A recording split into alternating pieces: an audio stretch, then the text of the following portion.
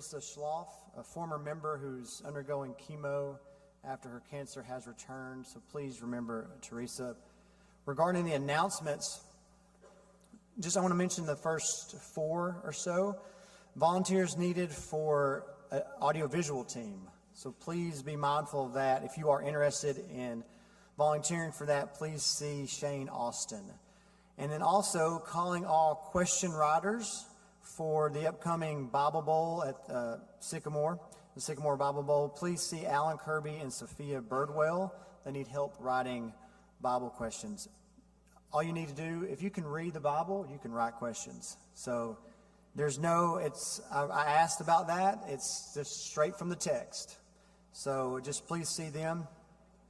Midlifers get together, Midlifers Derby Party on Saturday, May the 3rd. So please be mindful of that. And then also, we do want to especially remember this, the senior celebration, which is coming up this Sunday, May the 4th. We have, I think it's 8 seniors, 8 high school graduates. So please be mindful of that. And we want to make sure that we recognize them. Please bring a dish to share. This evening, our song leader is Marcus Hogans. Our devotion is led by Dan Chambers, and our prayer will be led by Harris Hammond.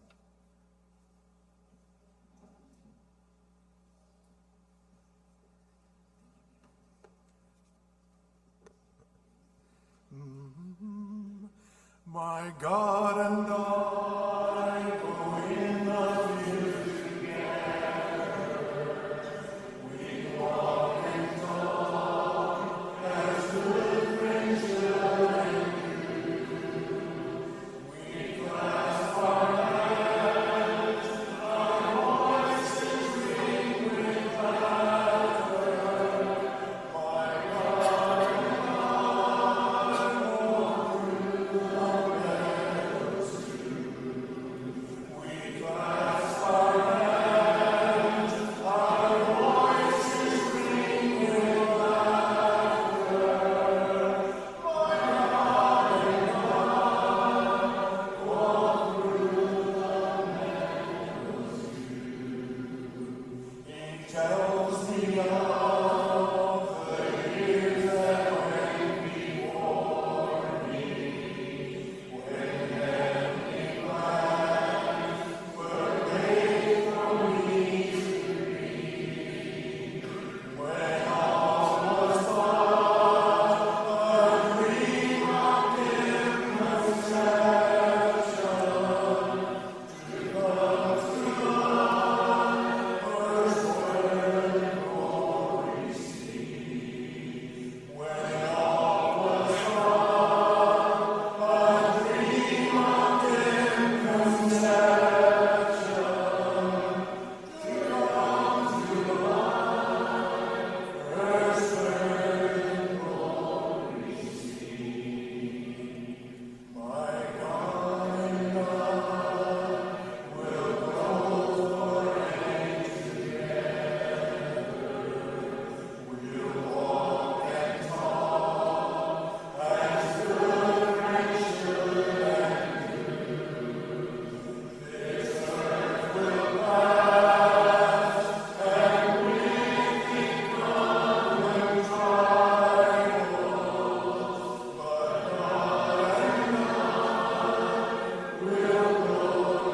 unendingly. This earth will pass, and with it come trials. But God and I will go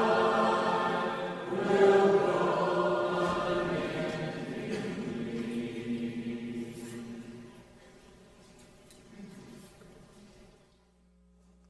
Well, this afternoon I went for a trail run, which is what I do about 3 or 4 times a week after I get off and head home.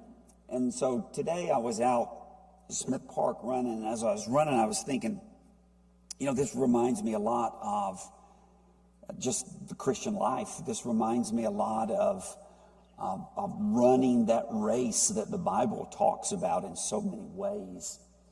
There were times when the trail was pretty flat, not a lot of rocks, not a lot of roots. You know, I could kind of pick it up a little bit. It's pretty smooth. I could just kind of cruise along. Then there were times when it went downhill a little bit. Wasn't quite as smooth, but still, as far as really working, wasn't a lot of work. Had to watch my footing and things like that.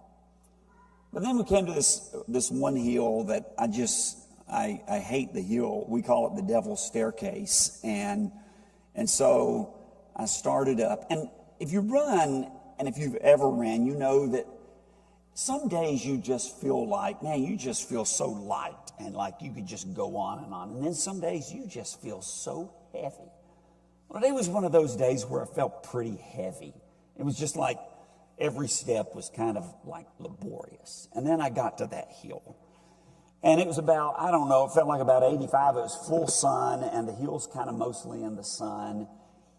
And it's just a long hill. And I started just churning up that hill.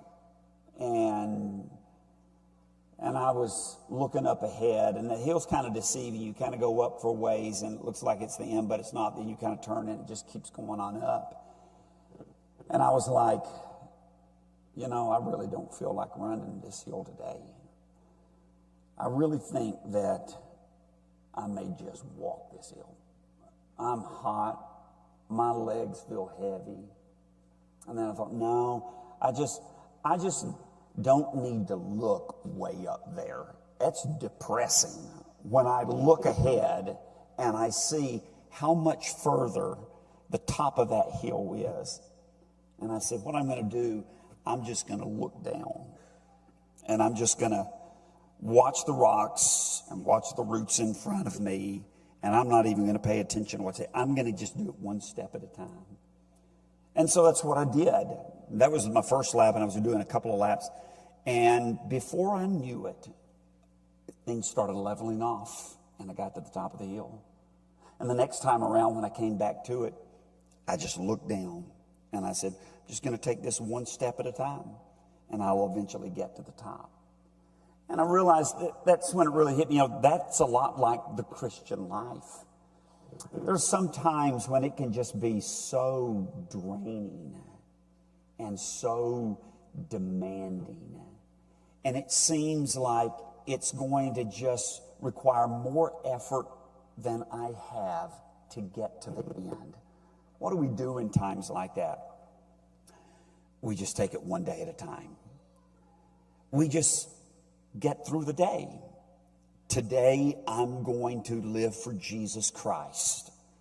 I'm not going to worry so much about next week, and I'm not going to worry so much about next year. Today, I'm going to live for Jesus Christ. I'm going to make it through the day in faith. And I'm going to watch the rocks, and I'm going to watch the roots and the things that might trip me up.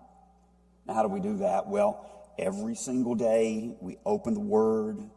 We spend some time in that Word. It's going to illuminate where those rocks are and where those roots are, where those things that can so easily entangle us are. We're going to spend time on our knees with the Lord. We're going to seek His power and His guidance to get us through that day. We're going to cherish moments like we have tonight with God's people that just encourages us and that gives us that strength. We just got to get through today. And tomorrow, we just get through tomorrow in faithfulness.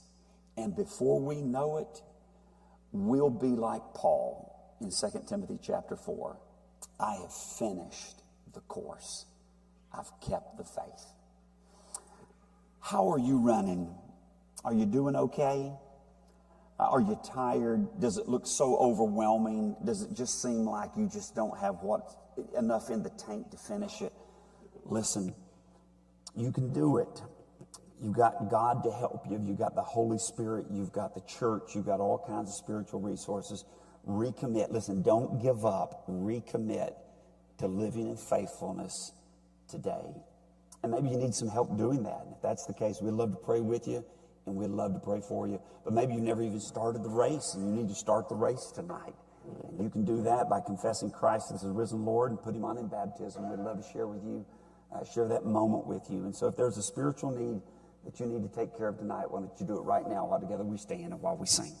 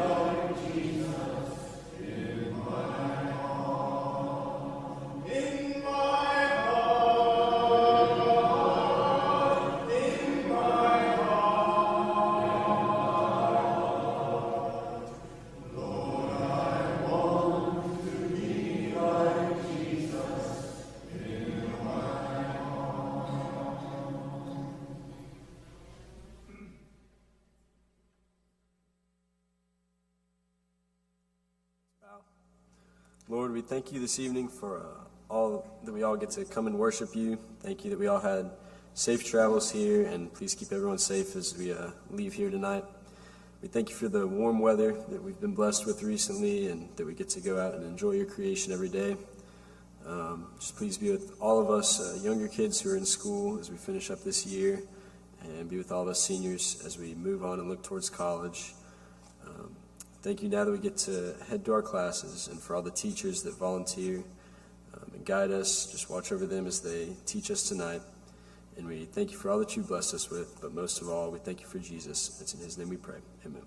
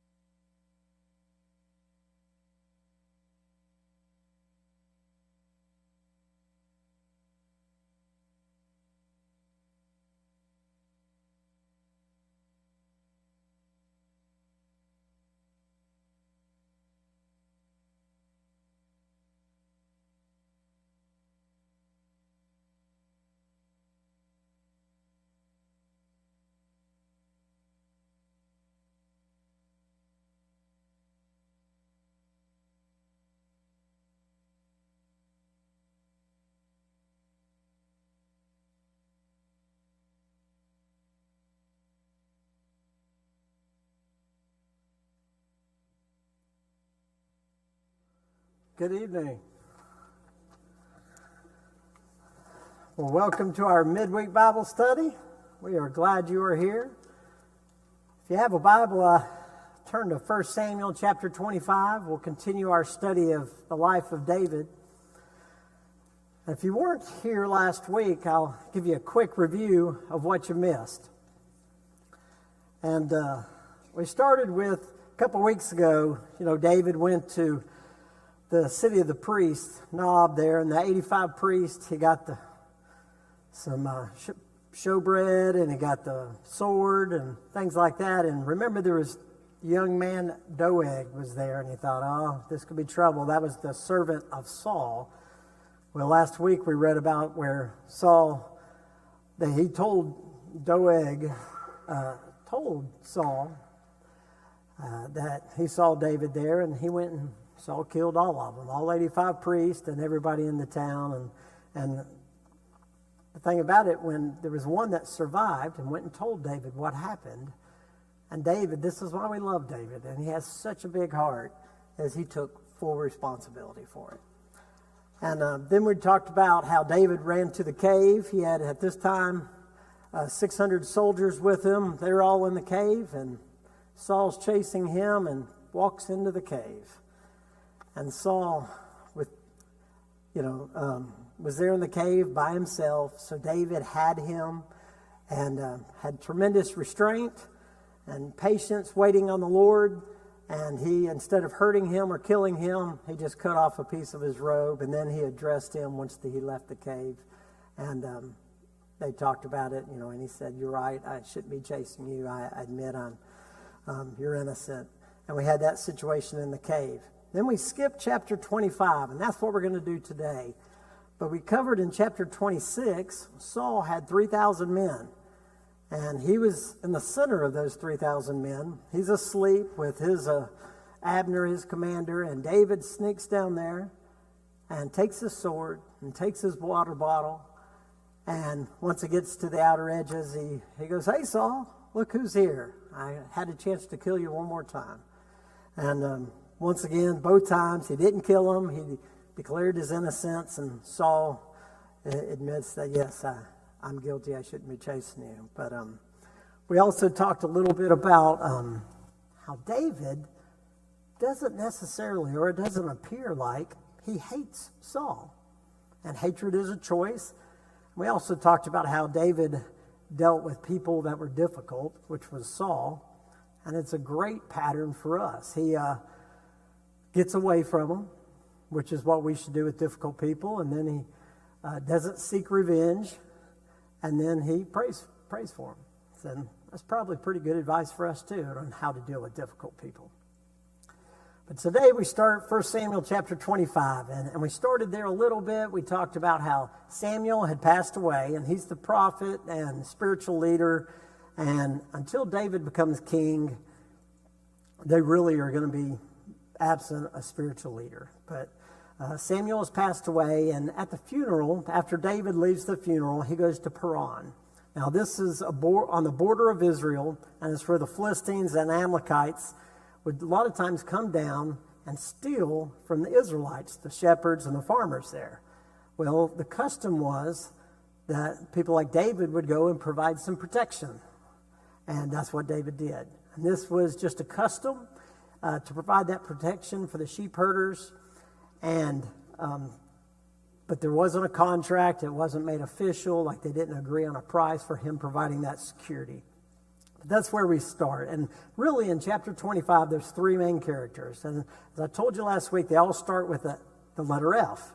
And there's the foolish farmer. His name is Nabal. There's the furious soldier, and that's going to end up being David.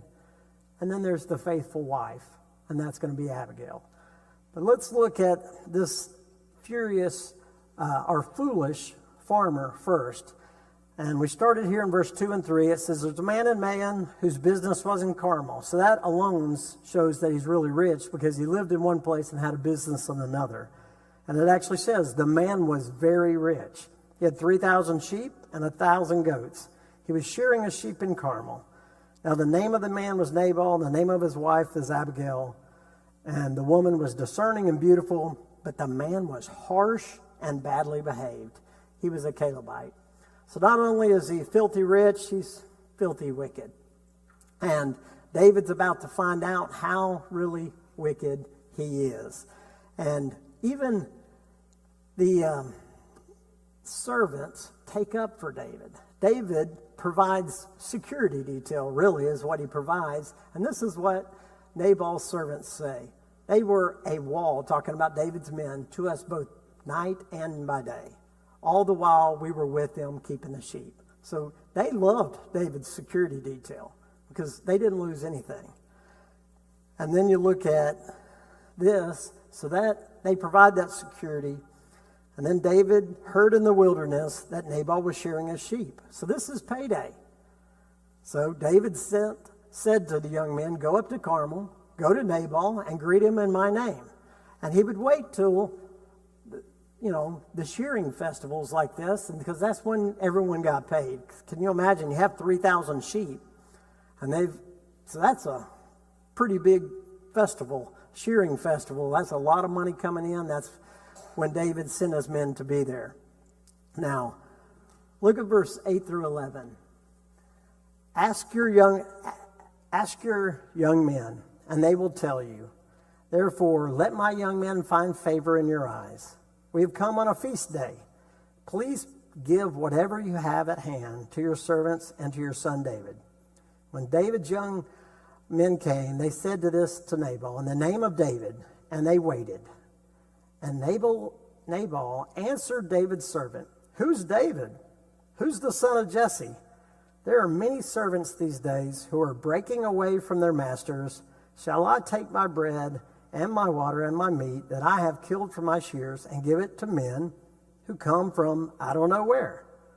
Now, do you believe for a minute he doesn't know who David is? I think he knows exactly who David is. Everybody knows who David is. He is a national hero at this point. And he even points out, he goes, who's the son of Jesse? Well, how did he know that? How does he even know the family tree? He knew exactly who this man is. And a little later we will see that really because even his wife knew exactly who David is. So I think there's no doubt he knew who David is. Now, if you want to find out about the character of somebody, all you have to do is ask people that work for them or work with them. I mean, think about that. And so that's what happens here. Look in verse 14 through 17. This is a report from the servants. And they describe what they think of their boss, Nabal. But one of the young men told Abigail, Nabal's wife, behold, David sent messengers out of the wilderness to greet our master, and he railed at them. Yet the men were good to us, and we suffered no harm. We did not miss anything when we were in the fields as long as they went with him. They were a wall to us by night and by day, and while we were with them keeping the sheep. Now, therefore, know this and consider what you should do, for harm is determined against our master and against all his house. And he is such a worthless man that one cannot speak to him. Now think about this. This is a report from the people that work for him. Look at that last line. He is such a worthless man that one cannot even speak to him. What does that really mean? What would we say today that means? What is that? What are they saying about their boss? He is stubborn. He is hard-headed. He cannot be approached. He thinks he knows everything. And they truly believe this because they didn't even try to go to him. They go to Abigail. They even say, hey, the young man told Abigail, that David sent and starts telling them, hey, we got to go to you and tell you what's happened because Nabal, he's not going to listen to any of us. Now, if I asked people you work with, what would they say about you?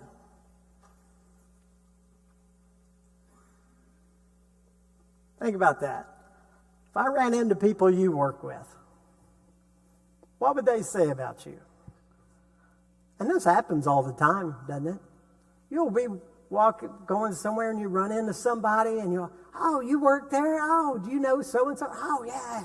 And what comes out of their out of their mouth? They go, he's such a great guy or a great lady. I love working with him. He's so kind. Are they going to say something like that? Or are they say, he's such a good Christian man. He's always willing to help. Or are they going to look at you and you go, oh, do you know so-and-so? And they go, yeah, I know so-and-so. Now, usually they'll tell you the truth. You can just tell right there, no comment.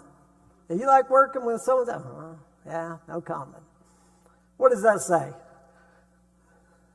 It says a lot. It really does. Now, you can learn a lot about what people will say about, coworkers like that. Now, the next place you might find a lot of information is you ask their relatives. Think about that. If I ask your relative, hey, what do you think about old Uncle so-and-so? Well, or this is what Abigail says. Let not my Lord, now that's a little L, regard this worthless fellow Nabal, for as his name is, so is he. Now, ouch. Number one, wow. This is her husband. She calls him worthless and says, as his name is, so is he. Nabal is his name, and folly is with him. Well, the word Nabal in Hebrew means fool. So what's she calling her husband? He's a fool. And then she says he's worthless. So, that's pretty strong words. And it says, but I, your servant, did not see the young men of my Lord whom you sent. Now, to be fair, that word in Hebrew, that word fool, actually means this. It meant that they lived their life without help from God. Okay, they thought they did it all by themselves. That's what that word fool means. But that describes Nabal completely. And let me point it out to you. He literally thought he did it all by himself without help from God. Because look at 1 Samuel 25, verse 11. I want you to count the personal pronouns as I read this. This is Nabal speaking. Shall I take my bread and my water and my meat that I have killed for my shears and give it to men who come from I do not know where? How many personal pronouns was that? 7. He truly thought, hey, it was all his and he did all the work. He doesn't come out here and mention the fact that everything he just harvested or sheared, all those sheep, hey, this is from God and I'm just hope to be a good steward of it. Or I have a bunch of great farmers that have helped me tremendously. He goes, hey, it's all mine. Yes, sir.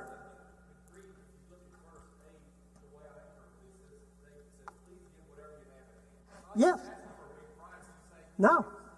He sends these men and they get to him and say, hey, yeah, I'm not demanding something. Whatever. He's probably hoping for some meat and some wool. And he acts like he's never seen or heard of David. So he truly is what the definition is, a fool there. And now, by the way, does that remind you of anybody? Especially in the New Testament. Does that remind you of anybody? Who does it remind you of? It's almost the exact same language. Okay, yes. Man building bigger barns. That's found in Luke. It's the rich man is what we call him a lot of times. Look at this in Luke 12:18. And he said, look at the personal pronouns here. I will do this. I will tear down my barns and build larger ones. And there I will store my grain and my goods. And by the way, y'all probably know the story well. What happens to this rich man? He dies. Now, and y'all already know the story of Nabal and David and Abigail. What happens eventually here is going to happen to Nabal. He's going to die as well. So it's amazing how that works. Now, here's the question I really want to ask you, though. Are you a Nabal?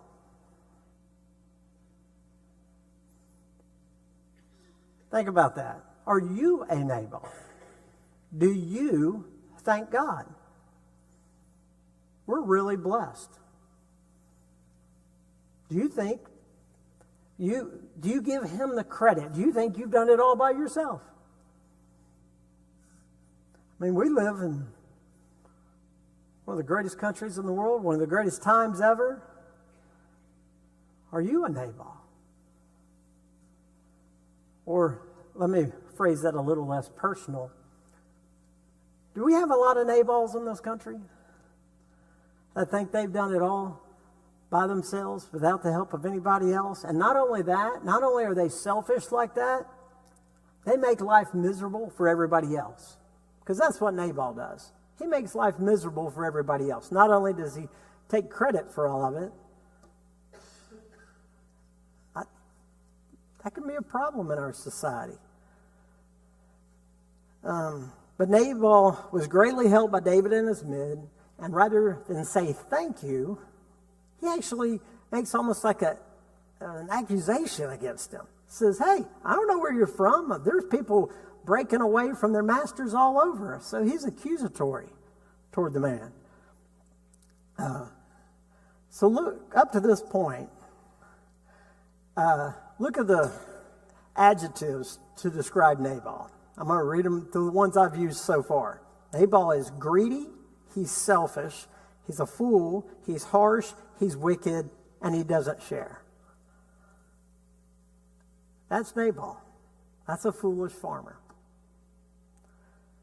All right, so next, let's look at our furious soldier. Yes, sir.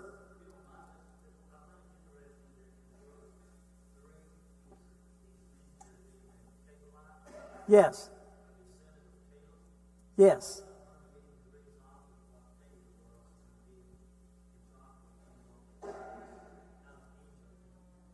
Oh.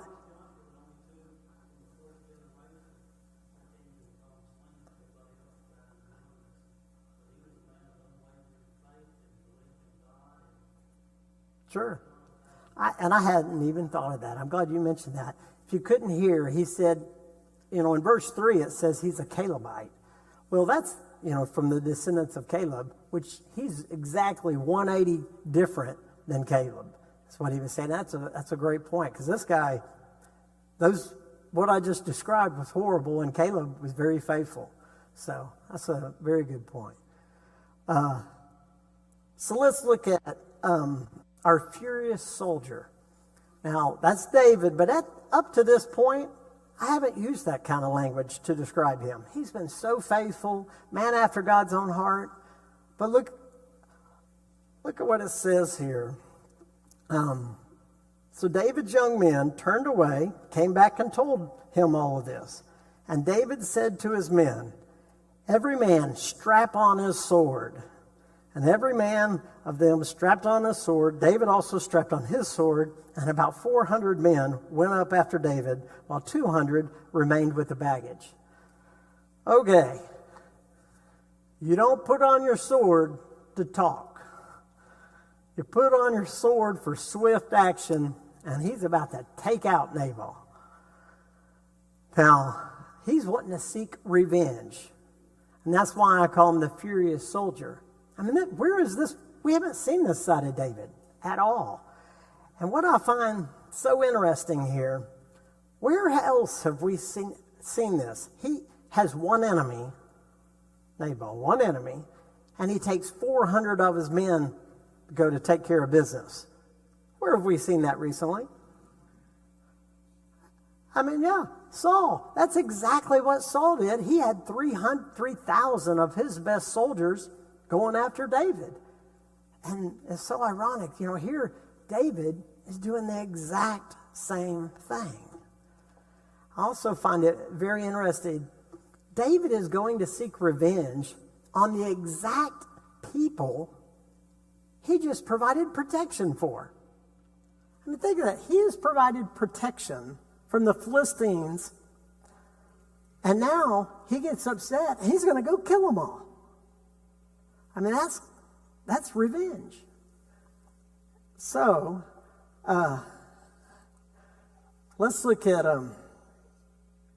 this next verse. Well, before we do that, what do you think is going through his mind? He puts his sword on, tells everybody, get ready, we're leaving. What's going through his mind as he starts marching to find Nabal? What do you think he's thinking?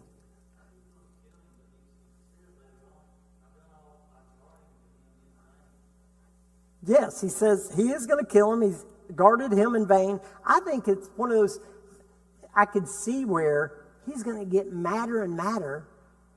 You know, he's getting more mad the farther he marches. And part of me thinks, have we ever done that? Look at what it says here. 21 and 22. And David has said, surely in vain I have guarded, just like you said, Jimmy, all that this fellow has in the wilderness, so that nothing is missed, all that belonged to him. And he has returned to me evil for good. God, do so to the enemies of David, and much and more also, if by morning I leave so much as one male of all who belong to him. So not only am I going up there to kill Nabal, I'm going to kill them all. Everybody I just guarded, I'm killing them too. So he's walking up, I bet he's just fuming, going, you know, I don't have to take this from some farmer. I provided my services and protected him, and how does he repay me? Not with kindness, but, you know, stiffs me and my men, and you know, I can see him just fuming and going, I don't have to take this from him, and I'm going to have to take it from Saul, because he's the anointed, but I don't have to take it from a farmer. And he says, I'm going to kill everybody.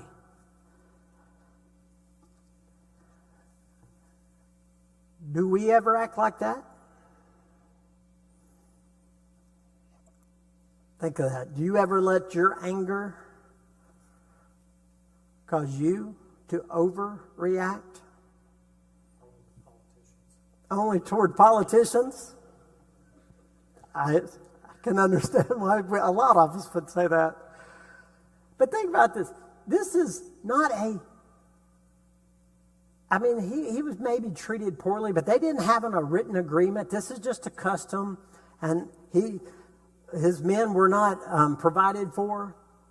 But his anger has stirred up, and he is seeking revenge. He's going to overreact. And on a kind of, I think, personal level, I'm going to tell you a little story. I mean, I think we do this. And sometimes it's over small things. For example, and I know a lot of my stories are school related because that's how I spend a lot of my time. You know, when you work in administration, a lot of times you're going to get blamed for a lot, accused a lot, yelled at a lot. And I'll just let that stuff roll off my back. It won't even bother me. But then I'll get home and I'll talk to my Comcast cable representative, and I will just let loose on the cable person. What is that about? Is it the customer service representative's fault that they raised my bill $5? No. Can he or she even control that? Probably not. Now, from the chuckles, sounds like some of y'all can relate to that. It's usually something minor that just it can get under your skin and it'll just set you off. We'll overreact. We won't control our emotions. Satan knows that. And that's where we have to, when you're just so frustrated like that, you have to take a walk, get away, take a few minutes, go have a prayer, and say, I got to control myself. And, God mentions this in several verses. For example, we all know these. My beloved brothers, let every person be quick to hear, slow to speak, and slow to anger. And up to now, studying David, he is exactly this. He was slow to anger. He had complete composure. But then he just loses it because I'm about to go kill Nabal. Here's another verse. Proverbs 17:27. Whoever restrains his words has knowledge, and he who has a cool spirit is a man of understanding. I love the phrase, two little parts there. Restrain his words. And I love the words, cool spirit is a man of understanding. I also think of this verse. And I know we're studying Romans right now. I think we're in Romans 8. So in 6 weeks when we get to Romans chapter 12, or however long it takes, and y'all can tell Dan I said it was going to take a while. But look, this verse is what I think of. Never avenge yourselves, but leave it to the wrath of God. For it is written, vengeance is mine, I will repay, says the Lord. So, with Saul, David exhibited that. But not with Nabal. He took vengeance on it. He goes, I will go take care of it myself. What do you think Abigail's attitude toward Nabal was? Think about that. She's going, wait a minute. Nabal's harsh and being foolish. The servants have to come to me. She's put in a really bad spot. I mean, a real bad spot. She has to risk her life, not only to save her, but to save everybody. Can you imagine putting your spouse in that kind of situation? Whew. That would not be good to go home to that. That would be rough. So let's look at this faithful wife, Abigail, the third person. She's a pretty impressive woman. Says she's smart. She's beautiful. She's also very much a diplomat. I mean, she handles crisis here almost like textbook. I want us to look at this. And it was too much to put up here. But let's look at verses starting in chapter 25 and starting in verses 23. And we're going to go literally almost verse by verse and see how she handles this so well.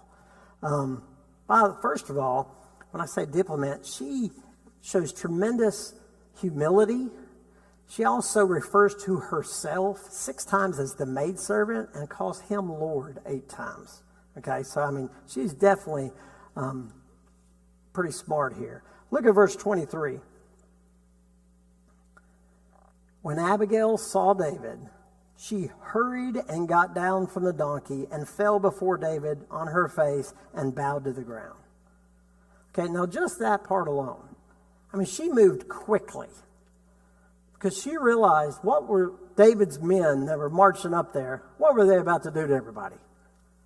They're about to kill him. So she was like, we got to do something right now. And she immediately gets down and bows down, shows tremendous humility and respect for David, and very courageous. What could David have done just right there to her? Just kill her. Get out of the way. I'm not going to talk to you. And just kill her. But he doesn't do that. Now look at the next verse, 24. She fell at his feet and said, on me alone, my Lord, be the guilt. Please let your servant speak in your ears and hear the words of your servant. Okay, look at this. She immediately says, blame me. I will take 100% of the blame. I mean, she handles this crisis that's about to blow up really well. She goes, number 1, blame me. Number 2, please listen to me. Please let me speak. Look at verse 25. Let not my Lord regard this worthless fellow Nabal, for as his name is, so is he. Nabal is his name, and folly is with him. But I, your servant, did not see the young men of my Lord whom you sent. She validates David's anger. She goes, yes, he deserves this, 100%. But please continue to listen to me. So he validates, yeah, I understand why you're angry. I'd be angry too. And I know why you're here, and I know why you want to go kill him. So let's look at verse 26. Now then, my Lord, as the Lord lives and as your soul lives, because the Lord has restrained you from blood guilt and from saving with your own hand, now then let your enemies and those who seek to do evil to my Lord be as Nabal. I mean, this is where it's really interesting. She pretty much says you have an error in judgment here. I love it when I'm talking about blood guilt, because the Lord has restrained you from blood guilt. Don't do it. Don't go up there and kill everybody. Look at verse 27. And now let this present that your servant has brought to my Lord be given to the young men who follow my Lord. All right. He came, he sent the men for food and supplies. She brings all that to him. So he is getting exactly what he wanted. So she goes, here it is. Please take it. Remember, blame me, and gives him exactly what he wants. Then look at verse 28. Please forgive the trespass of your servant, for the Lord will certainly make my Lord a sure house, because my Lord is fighting the battles of the Lord, and evil shall not be found in you, so as long as you live. But look how it starts. Forgive the trespass of your servant. Forgive me. She asked for forgiveness. Is she really even guilty in this situation? But she's going, please forgive me. And then I love 29, I think I do have on the slide. 29, 30, and 31. And when the Lord has done to my Lord according to all the good that he has spoken concerning you, and has appointed you prince over Israel, my Lord shall have no cause of grief or pangs of conscience for having shed blood without cause, or for my Lord working salvation himself. And when the Lord has dealt well with my Lord, then remember your servant. Okay. This is advice she's pretty much giving here. I want you to think, and she really confronts David. I want you to think about this a little bit, David. You're about to be, as she calls prince over Israel, you're about to be the king. Think about this. Don't let some petty problem like this end up being something you regret the rest of your life. When you become king, taking violent action against another fellow Israelite is going to hurt your reputation forever before it even starts as the king. So she confronts him about this. And this is what David says. And once again, you have to love David. David said to Abigail, "Blessed be the Lord, the God of Israel, who sent you this day to me." You know what he's saying to her? You're right. You're right. Thank you. Blessed be the Lord. Thank you so much for coming and pointing out my error of judgment. And then he goes on in 33.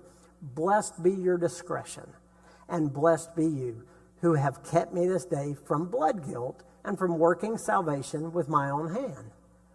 For as surely as the Lord, the God of Israel, lives, who has restrained me from hurting you, unless you had hurried and come to meet me, truly by morning there had not been left to Nabal so much as one male.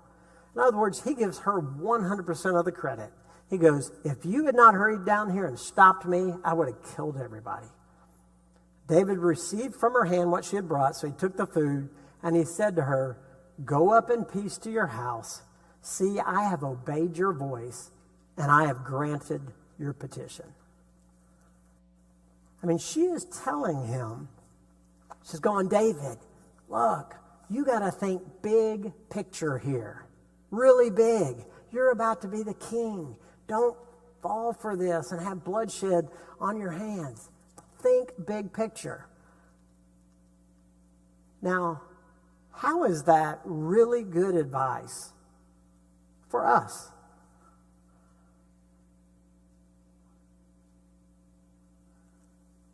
I mean, think about that. Shouldn't we be thinking big picture? Like eternally? Big picture. We got to think before we act. You can't just fly off the handle and let your emotions get the best of you and you make poor decisions like David was about to do. She stepped in and stopped him from doing this. Think big picture. Think eternally. It will, just like it was going to affect David's reputation forever. It affects our reputation as Christians forever. Where we work, in the community, in our family. We got to think about that kind of stuff. I think it's so interesting.